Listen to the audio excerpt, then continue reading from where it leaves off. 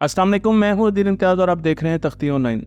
क्या अब हुकूमत मस्खरों को नौकरियां देगी, हायर करेगी? मैं मजाक नहीं कर रहा और ना ही ये सियासी वीडियो है।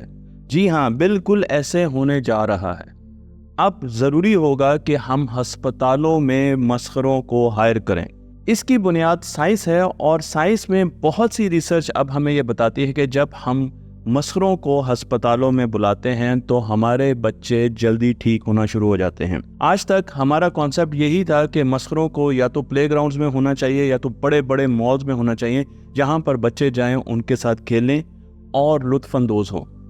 लेकिन अब साइंस ये बताना शुरू कर रही है कि मस्खरे और मस्खरों का जो इफेक्ट होता है हमारे मूड पर, वो बच्चों की सेहतयाबी के लिए बहुत ज़रूरी है। ये स्टडी की गई उन बच्चों पर जिनको नमूनिया हुआ था और फिर देखा गया कि नमूनिया वाले बच्चों ने जब मस्खरों के साथ खेलना शुरू किया तो वो हॉस्पिटल से बहुत जल्दी डिस्चार्ज हो गए। इस स्टडी के बाद मुख्तलिफ स्टडीज़ की गई और यही रिजल्ट हमें मिले और अब आहिस्ता आहिस्ता ये ख्याल है मस्खरों का मॉल्स और प्लेग्राउंड के अलावा अस्पताल में होना बड़ा ज़रूरी है। मैं आपको लेकर चलता हूँ एक प्रीवियस स्टडी की तरफ जो 2016 में की गई और यूरोपियन जर्नल ऑफ पीडियाट्रिक्स में पेश की गई, और उसमें ये चीज़ बताई गई कि बच्चे बहुत जल्दी क्योर हो रहे थे उन जगहों पर जहाँ पर मस्खरे थे, और उसकी वजह ये थी क्लाउन्स की वजह से बच्चे जल्दी क्योर हो रहे थे। और उसकी वजह ये थी कि वो जब जाकर बच्चों से बात करते तो उनका ध्यान इर्द गिर्द के माहौल से हट जाता था,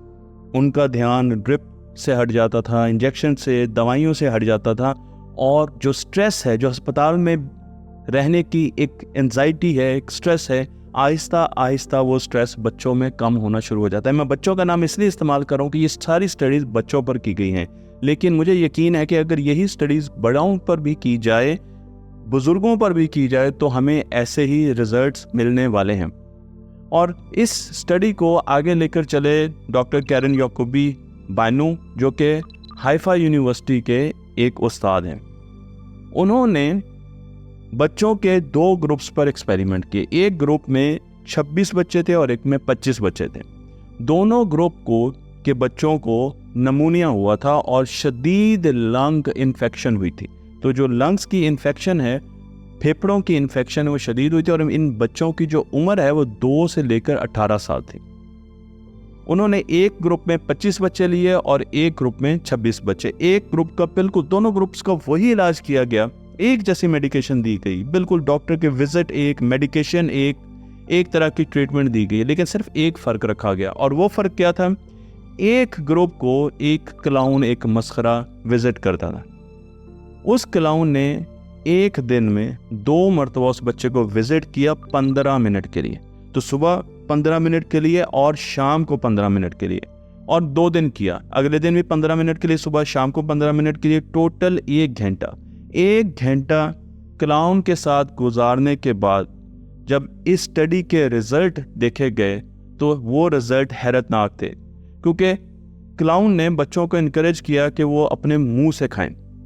बच्चे अमूमन ड्रिप्स पर थे, उनको इंजेक्शन लगाए जा रहे थे, दवाइयाँ भी इंजेक्शन से दी जा रही थी, लेकिन जब मस्खरा आया और उसने बच्चे के साथ दोस्ती की तो उसने बच्चे को कहा कि आप मुंह से खाएं, जिसकी वजह से बच्चा मुंह से एंटीबायोटिक लेना शुरू कर दिया। पहले उसको एंटीबायोटिक इंजेक्ट की जा रही थी और उसके साथ साथ उसने उसको डिस्ट्रैक्ट किया और उसका ध्यान अपनी पेन से और इर्द गिर्द के माहौल से हटाया।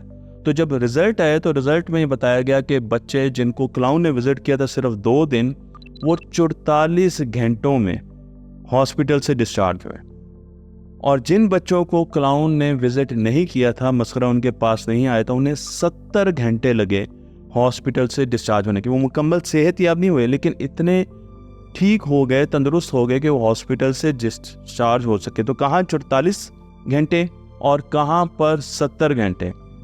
इस स्टडी को प्रेजेंट किया गया European respiratory society Congress in Vienna, Austria में, और उसमें बताया गया कि जो फर्दर स्टडीज़ इसी चीज़ पर की गई, उसमें दिखाया गया कि बच्चों का हार्ट रेट कम हुआ और बच्चों की ब्रीदिंग ज़्यादा अच्छी हुई। ब्रीदिंग के अच्छे होने से और हार्ट रेट के कम होने से और एंटीबायोटिक को मुंह से लेने की वजह से बड़े बच्चे जल्दी सेहतयाब होना शुरू हो गए। आगे चलते हैं एक और साइंसदान की तरफ, उनका भी यही ख्याल है और उन्होंने इस पर रिसर्च की और अब वो हमें बता रही हैं अपने रिसर्च पेपर में। इनका नाम है केल्सी ग्रेबर जो कि यूनिवर्सिटी ऑफ कैम्ब्रिज यूके से ताल्लुक़ रखती है, और उन्होंने बताया कि जब हमने मसखरों को इंट्रोड्यूस करवाया तो मूड में बहुत ज़्यादा चेंज आई, एंजाइटी कम हुई, मूड बहुत ज़्यादा अच्छा हो गया और इंसान में एक पॉजिटिव एनर्जी आई, जिसकी वजह से बच्चे और जो कंट्रोल सब्जेक्ट थे वो जल्दी ठीक होना शुरू हो गए। अब बाहर के मुल्कों में अस्पतालों में एक ख़ास यूनिट होता है जिसे क्लाउन केयर यूनिट कहा जाता है। क्लाउन अपनी सर्विसेज पेश करता है। तो जब आप अस्पताल में जाते हैं और आप मुख्तलिफ सर्विसेज पर ऑप्ट करते हैं कि मुझे खाना चाहिए, मुझे ये चीज़ चाहिए, मुझे ये चीज़ चाहिए, चेकलिस्ट पर टिक कर रहे होते हैं, तो उस वक्त वहाँ पर एक क्लाउन केयर सर्विस भी होती है। आप अगर उसको टिक करेंगे तो इसका मतलब यह है कि एक क्लाउन आएगा, कुछ अरसा आपके मरीज़ के साथ रहेगा, उनके साथ बात करेगा, उनकी काउंसलिंग करेगा और उसके बाद आपका मरीज़ ठीक होगा और वो जल्दी चला जाएगा। हम ये जानते हैं कि अस्पतालों में इस चीज़ पर बहुत ज़्यादा ना सिर्फ रिसर्च हो चुकी है, बल्कि अब ये साबित हो चुका है कि हर अस्पताल को अपने पास मसखरे रखना है।